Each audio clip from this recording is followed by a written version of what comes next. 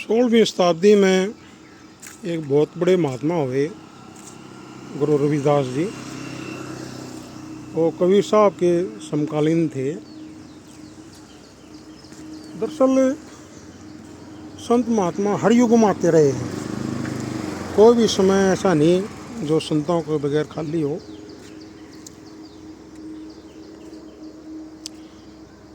वाणी लिखती है कि संत ना होते जगत में तो जल मरता संसार।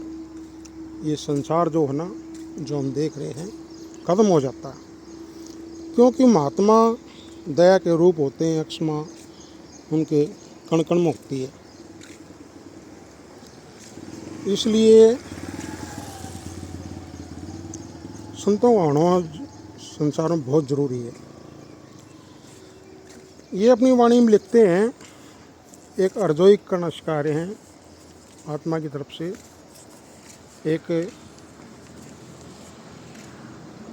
एक दुखी आत्मा क्या बयान कर रही है।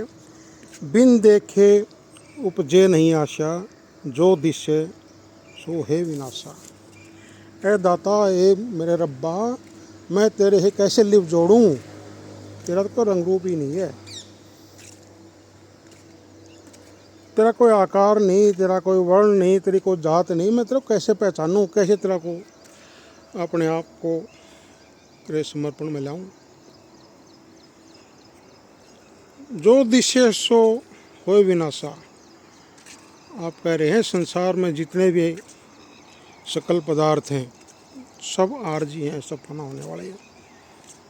कुछ अक्षण भंगर के लिए हैं, कुछ मिट जाने के लिए हैं। सथाई कोई नहीं रहा। जो आवे सो जावे। यहाँ आते हैं चले जाते हैं कुछ अरसे के लिए।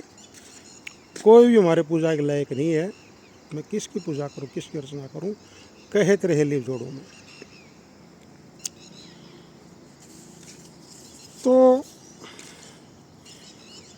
मैं तेरे कैसे लिव जोड़ूं, तेरे बगैर मेरा कैसे गुजारा है। तो जो परमात्मा शब्द रूप है, बाइबल में भी आया है, there was a word, word was with God and word was God. ये सबसे पहले एक शब्द था, शब्द परमात्मा के पास था और शब्द ही परमात्मा था। ये सृष्टि उसने आकार दिया खुद, पहले अपने आप को खड़ा किया। शब्द उसकी सृजनात्मक शक्ति है। और जो संत महात्मा होते हैं, जो पूर्ण गुरु होते हैं, उन्होंने शब्द उनके अंदर प्रकट हो चुका है और वे एक रस एक रूप होते हैं परमात्मा के। उनमें और ईश्वर में कोई भिन्न भेद नहीं होता। वाणी लिखती है, सतपुरुष तुम सतगुरु दाता, सब जीवन के पिता और माता। ऐ सतपुरुष, तू ही सतगुरु है। गुरु तो यहाँ बहुत मिल जाए, पर सतगुरु वो है जो बाहर भी है और अंदर भी है। अगर हम भक्ति करके अंदर जाएंगे तो उसी के दर्शन होंगे। इसलिए कह रहे हैं कोई भी भिन्न भेद नहीं है सतगुरु में और सतपुरुष में। सतपुरुष उसकी जान है, पूरे संसार का रखवाला हो। गुरु अमरदास भी अपनी वाणी में लिखते हैं, समुद्र निरोल शरीर हम देखा, एक वस्त्र अनूप दिखाई। गोविंद गुरु गुरु गोविंद है, नानक भेद न भाई। गुरु अमरदास जी कह रहे हैं कि पूरी की पूरी कायनात हमारे शरीर के अंदर है।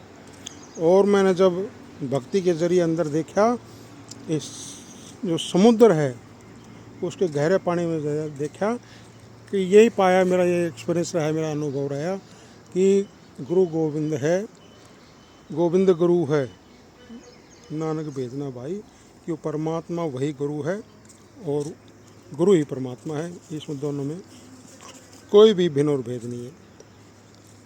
जैसे कुछ अरसे के लिए एक समुद्र से लहर निकलती है और अपने साथ जो भी बिखरा हुआ उसको समेट करके वापस समुद्र में समा जाती है, ऐसे समुद्र के कतरे हैं संत सतगुरु। उस लहर से आते हैं, ये परमात्मा ही निकलते हैं और जीवों को इकट्ठा करके उन रूहों को जो उनको हुक्म दिया है उनको साथ लेकर के वापस परमात्मा में समा जाते हैं।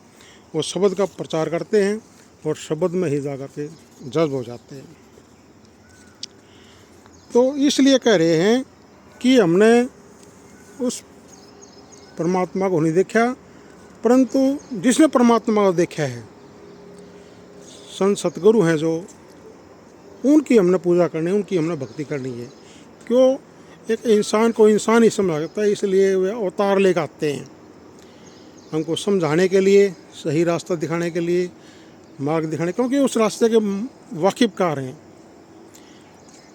संत लिया अवतार जगत को राह चलावें, वो तो अवतार लेकर आते हैं।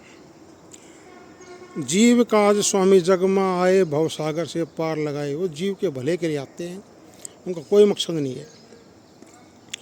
कबीर साहब ने भी अपनी वाणी में लिखा, हम वासी उस देश के दहाँ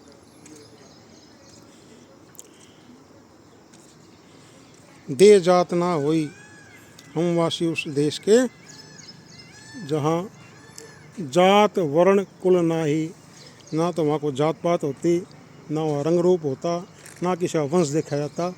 वहाँ सब केवल आत्मा की पहचान होती है, वहाँ शब्द की पहचान होती है।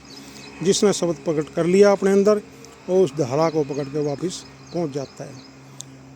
तो आओ हम भी किसी पूर्ण महात्मा को, जो शब्द का भेदी हो, उससे रास्ता लें, उसकी शरण में जाएं, और जो वो रास्ता दिखाएं, जो गुरु मंत्र दें, उसका जाप करते हुए अपने असल घर पहुँचें। यही मनुष्य का लक्ष्य है, यही हमारा ध्येय है मनुष्य जन्म माने का। और हमारी यात्रा दरअसल इंसान जमा एक सीढ़ी का आखिरी डंडा है।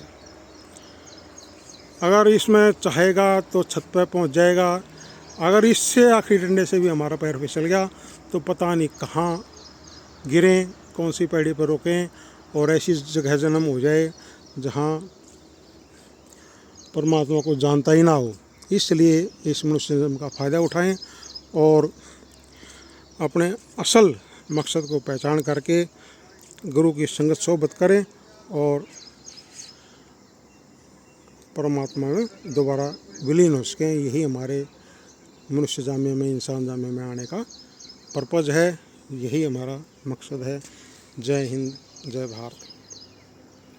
मेरी आप लोगों से एक विनती है, अगर आप गुरुवाणी का पाठ, शब्द, संत में तो विचार में रुचि रखते हैं, तो हम हर रोज़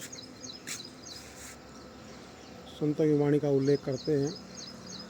तो इस चैनल को लाइक करें और सब्सक्राइब करें, ताकि जब भी हमारी कोई पोस्ट आए वो आप तक पहुँचे और उसका आनंद ले सकें। जय हिंद, जय भारत।